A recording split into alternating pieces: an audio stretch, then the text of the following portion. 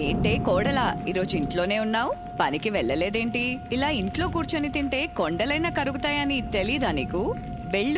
వెళ్ళి ఏదైనా పని చేసి 4 రాళ్లు సంపాదించి తీసుకురా అంటూ ఇంట్లో ఉన్న కోడలు కృష్ణని తిడుతూ ఉంది తన అత్తగారైన సీత.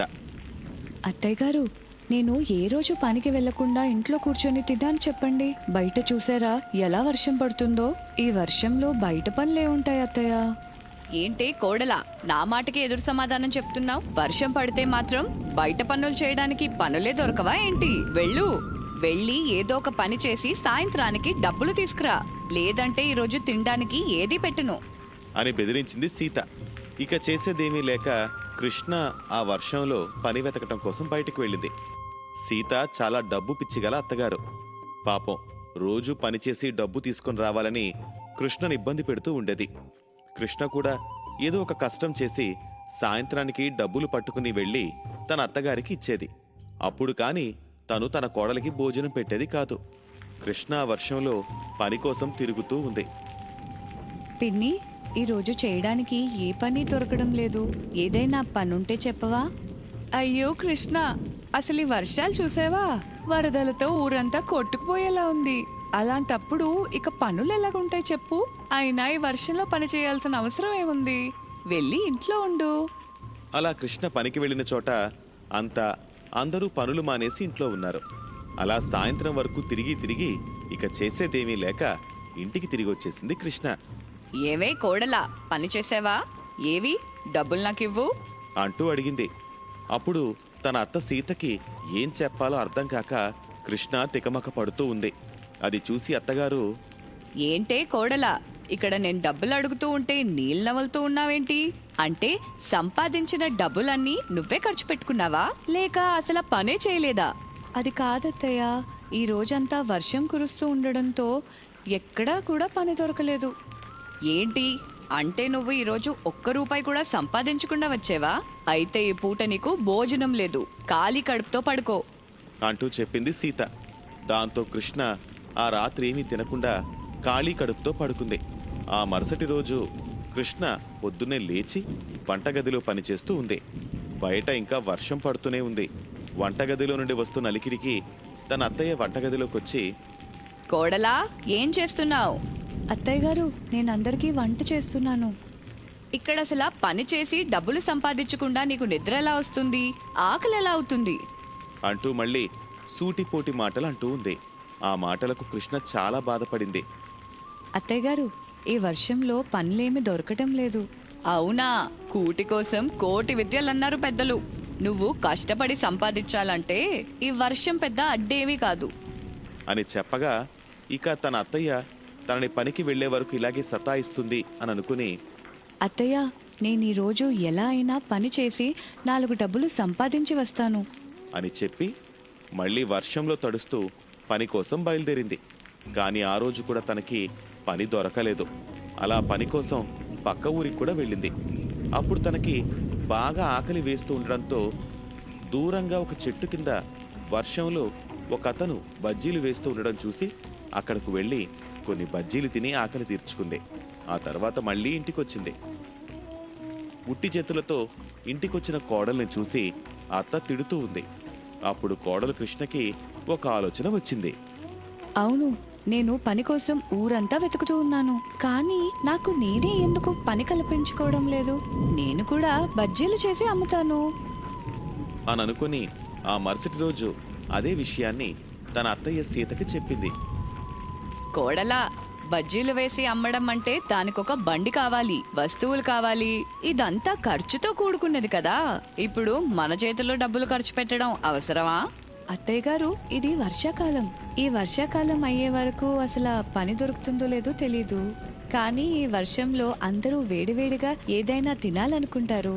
మనం ఇప్పుడు బజార్లో బండి పెట్టి బజ్జీలు అమ్మితే మనకి మంచి లాభం వస్తుంది.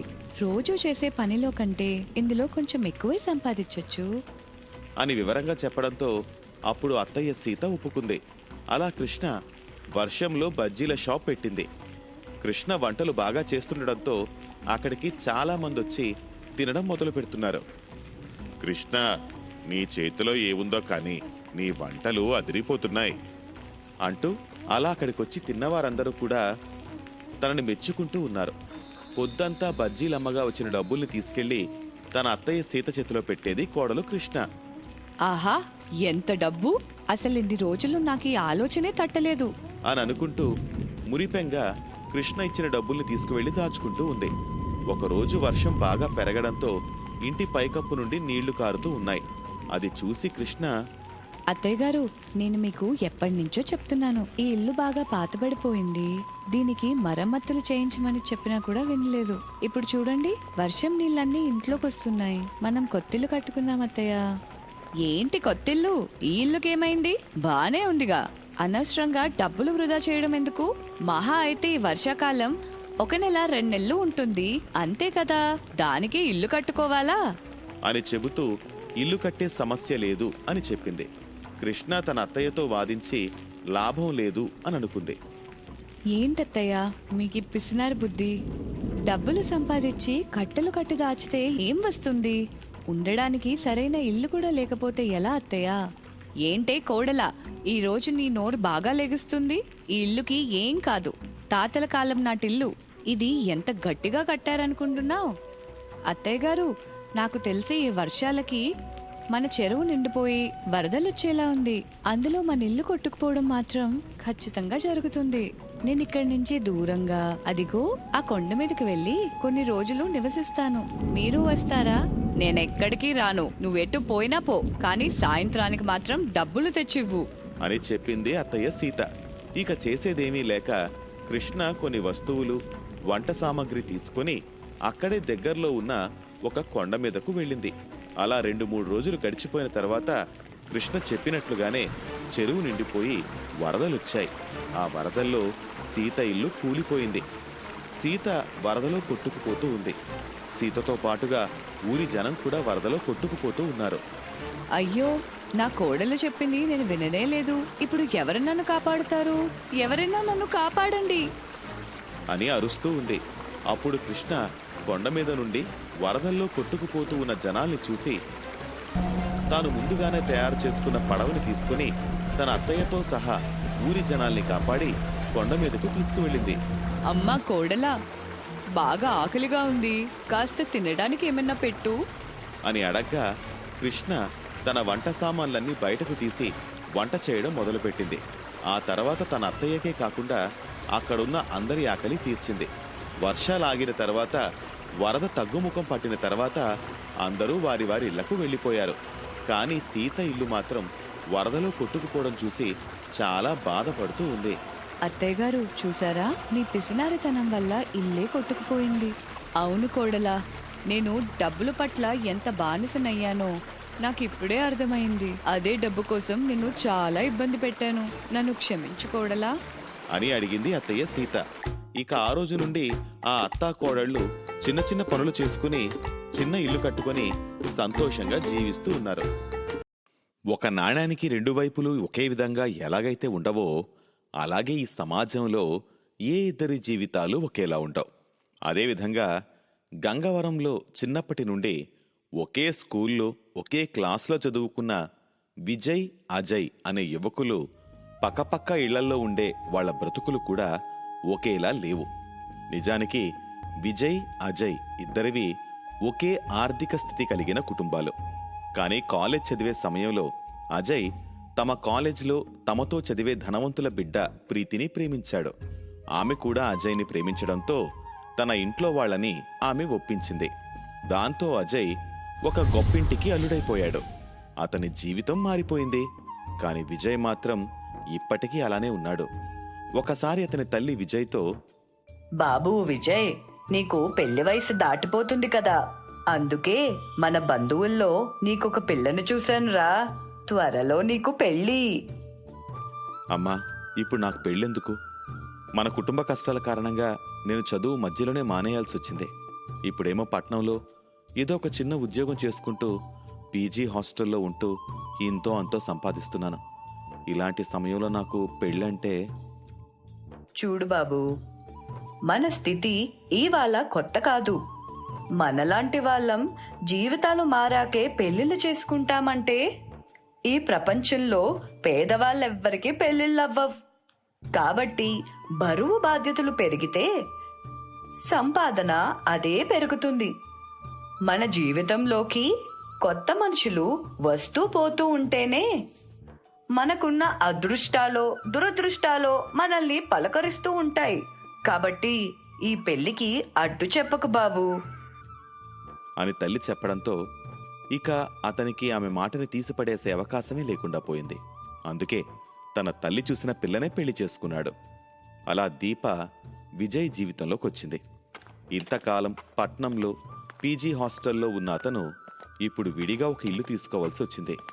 అందుకే తన ఆర్థిక స్తోమతకి తగ్గట్టు ఒక చిన్న రేకుల షెడ్ని అద్దెకి తీసుకొని ఉంటున్నాడు. ఒక విచిత్రం ఏంటంటే విజయ్ ఇల్లుని అద్దెకి తీసుకున్న ఏరియాలో వాళ్ళ ఇంటి ముందున్న రోడ్ యువతల చూస్తే మొత్తం చిన్న చిన్న రేకుల షెడ్లు ఉన్న స్లమ్ అయితే, రోడ్డుకి అవతల వైపు చూస్తే కళ్ళు చెదిరిపోయే ఖరీదైన ఫ్లాట్స్ ఉన్న ఏరియా అది. అలా ఆ సిటీలో విజయ్ దీప దంపతులకి కొన్నాళ్లకి ఒక కూతురు పుట్టింది. ఆమెను పెంచటం కష్టమైనా సరే ఆ భార్యాభర్తలిద్దరూ పనులు చేసుకుంటూ మరీ తమ కూతుర్ని పెంచుకుంటున్నారు. ఏమండి, మన పాపకి బట్టలు చిరిగిపోయాయి. ఇప్పుడు దానికి కొత్త బట్టలు కొనాలంటే చాలా ఖర్చు. కాబట్టి మీ ఫ్రెండ్స్ పిల్లలవి ఎవరివైనా పాత బట్టలు, చిరగని బట్టలు ఉంటే అడిగి తీసుకురాకూడదు? ఈ నెలలో పిల్ల పుట్టినరోజు కూడా ఉంది. అవునా, సరే, మా ఫ్రెండ్స్ని అడిగి చూస్తాను. అయినా పాప దాని పుట్టినరోజుకి ఇలా పాత బట్టలు ఇంకా ఎన్ని రోజులు వేస్తాను చెప్పు? మరేం చేస్తామయ్యా, మన బ్రతుకులే అలాంటివి కదా. అంతేలే, ఇప్పటికిలా చేద్దాం. తర్వాత మాత్రం ఒక పని చేద్దాం. ఎలాగో ఈ ఎండాకాలం వెళ్లేలోపు బాగా పాడైపోయిన మన ఇంటి మీద పైకప్పు రిపేర్ చేయించడానికి ఇప్పుడు మనం డబ్బులు కూడబెడుతున్నాం. ఆ ఖర్చు అయిపోయాక ఏమైనా మిగిలితే కనీసం ఒక గౌనైనా కొందాంలే పిల్లకి. మన తలరాత కాకపోతే మనముండే ఈ అద్దె కొంపకి పైకప్పు పాడైతే మనల్నే బాగు చేసుకోమంటాడు మన ఇంటి ఓనరు. కాదు కూడదు అంటే ఇల్లు ఖాళీ చేసి పొమ్మంటాడు. మనకి గతి లేక, మన రాత బాగోక ఈ ఇంట్లో ఉంటున్నాం. ఏం చేస్తాం, కర్మ. అలా వానాకాలం వచ్చేలోపు తమ ఇంటి పైకప్పు బాగు చేసుకోవాలని ఆ భార్యాభర్తలు డబ్బులు కూడా పెట్టే పనిలో ఉన్నారు. అదే సమయంలో రోడ్డుకి అవతల వైపున్న ఖరీదైన అపార్ట్మెంట్స్లో అజయ్కి తన మామగారు బహుమతిగా ఇచ్చిన ఫ్లాట్లోకి అతని కుటుంబం షిఫ్ట్ అయ్యాడు. అనుకోకుండా ఆ పాత స్నేహితులిద్దరూ ఒకరినొకరు రోడ్డు మీద కలుసుకున్నాకే ఒకే ఏరియాలో స్లమ్లో ఒకరు, రిచ్ ఇంట్లో ఒకరు ఉంటున్నారని తెలిసింది వాళ్ళకి. అజయ్కి ఒక కొడుకున్నాడు. అతను మహా అల్లరివాడు. పైగా డబ్బులో పుట్టి పెరగటంతో అస్సలు కష్టం అంటే తెలియనివాడు. అందుకే ఈ మండు వేసవిలో ఎంత ఏసీలో ఉన్నా కూడా అతనికి బయట వాతావరణం అలా ఎండగా ఉండడంతో నచ్చేది కాదు. ఒకరోజు ఉదయాన్నే నిద్రలేవగానే అజయ్ కొడుకు తల్లిదండ్రుల దగ్గరకొచ్చి, డాడీ, నాకు రాత్రి ఒక కలొచ్చింది. అందులో నేను హ్యాపీగా వానలో తడుస్తూ ఆడుకుంటున్నానట. అందుకే నాకివాళ వానలో తడవాలనుంది డాడీ. ఇది సమ్మర్ కదా నాన్న, ఇప్పుడు వాన ఎక్కడి నుండి వస్తుంది? అదంతా నాకు తెలీదు. నేను ఇవాళ వానలో తడవాలి, లేదంటే నేను ఏమీ తిననివాళ అంటూ మారాన్ చేయసాగాడు. అప్పుడు కొడుకు ఏడుపు చూస్తున్న అజయ్ భార్య తన భర్తతో, అబ్బా, ఏంటి అజయ్ నువ్వు? వాడు అడిగింది ఎంత చిన్న విషయం.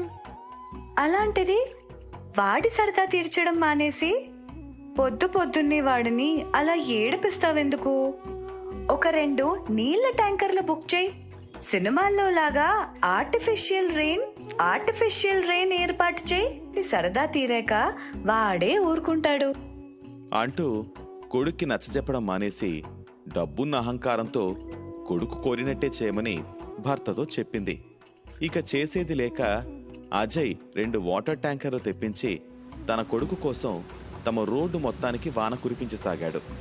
నిజానికి ఆ ఇన్స్టెంట్ రెయిన్ని అక్కడ అందరూ ఎంజాయ్ చేయసాగారు, ఒక్క విజయ్ కుటుంబం తప్ప. ఎందుకంటే విజయ్ ఇల్లు పైకప్పు రిపేర్లున్న కారణంగా ఇల్లంతా నీళ్లమయమైపోయింది. అప్పుడు విజయ్ భార్య, ఏవయ్యా, ఆ అజయ్ నీ ఫ్రెండ్ అన్నావు కదా, నువ్వన్నా తనకి చెప్పకూడదా? తన కొడుకు సరదా తీర్చాలంటే తనింట్లో చేసుకోవాలి కానీ ఇలా బయట చేస్తే ఎలా? ఇక్కడ చూడు, మన పైకప్పు కారడంతో ఎండాకాలంలో కూడా మన ఇల్లంతా ఎలా నీళ్ళొచ్చేసాయో. నేను చెప్పి చూశానే, ఇక్కడ ఎవ్వరికీ లేని బాధ నీ ఒక్కడికే వచ్చిందా అని కొట్టిపడేశాడు నా మాట. అయినా ఆ డబ్బున్న వాళ్ళకి మన పేదింటి కష్టాలేం తెలుసు చెప్పు. మరో వారంలో మన పైకప్పు బాగు చేయించుకోవడానికి డబ్బులు సమకూరుతాయి అనుకుంటుంటే ఈ లోపు వీళ్ళు వాటర్ ట్యాంక్ తెచ్చుకొని వాన కురిపించుకున్నారు. సరేలే, ఇవాళ ఒకరోజే కదా, సర్దుకుందాం అనుకున్నారు. అలా కుర్రాడి ముచ్చట తీరడానికి 3 రోజుల పాటు ట్యాంకర్ల మీద ట్యాంకర్లు తెప్పించి వాన కురిపిస్తుంటే ఆ పిల్లాడు ఆ వానలో తడుస్తూ చాలా సంతోషిస్తున్నాడు. కానీ విజయ్ కుటుంబం మాత్రం ఆ వాన కాని వాన వల్ల ఇల్లంతా చెరువులా మారిపోయి ఇంట్లో ఉన్న తడిచిపోతూ చాలా ఇబ్బంది పడుతున్నారు. చివరకు 4వ రోజు వచ్చేసరికి అజయ్ కొడుక్కి వాన సరదా తీరిపోయింది.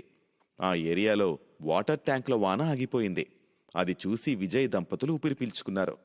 కానీ పేదవాణ్ణి ఆ దేవుడు కూడా ప్రశాంతంగా ఉంచడు కదా. అనుకోకుండా ఆ ఏడాది మే నెల మధ్యలోనే వానలొచ్చి పడ్డాయి. ఆ అకాల వర్షాలు మొదలవడంతో విజయ్కి ఇల్లంతా కారిపోతూ అసలైన వానాకాలం కష్టాలు మొదలయ్యాయి. నిన్నటి వరకు అజయ్ కొడుకు రప్పించుకున్న వాటర్ ట్యాంకర్ వానకే వాళ్ళు ఇబ్బంది పడితే ఇప్పుడు నిజంగా వరుణదేవుడి వల్ల వచ్చిన అకాల వర్షాల వల్ల విజయ్ ఇంటి పైకప్పు నుండి నీరు కారిపోతూ చాలా తిప్పలు మొదలయ్యాయి వాళ్ళకి. దేవుడా, ఎందుకయ్యా నీకు మా పేదవాళ్ళంటే ఇంత పగ? నిన్నటి వరకు కడుపు నిండిన ఆ అజయ్ కొడుకు ట్యాంకర్లతో వాన కురిపించుకొని మమ్మల్ని ఇబ్బంది పెట్టాడు. ఇప్పుడు నువ్వు ఎండాకాలం మధ్యలో ఇలా అకాల వర్షాలిచ్చి మా ఇంటి పైకప్పు బాగు చేసుకునే అవకాశం కూడా ఇవ్వవా మాకు అని బాధపడ్డాడు. అలా దాదాపు వారం రోజుల పాటు ఇంట్లో కారుతున్న వానలో తడవటం వల్ల విజయ్ కూతురికి జలుబు జ్వరం వచ్చాయి. ఇంటి పైకప్పు బాగు చేసుకోవడం కోసం వాళ్ళు కూడబెట్టిన కష్టమంతా ఆ పిల్ల వైద్యానికి ఖర్చు కావడంతో ఆ పేద కుటుంబం వానాకాలం కష్టాలు దాటడానికి పెద్ద పెద్ద మైకా కవర్లు, ఫ్లెక్సీలు తెచ్చుకొని ఆ వాన నీరు ఇల్లంతా కురవకుండా వాటిని కట్టుకొని ఏదోలాగా వానాకాలం కష్టాలను తప్పించుకునే ప్రయత్నం చేశారు.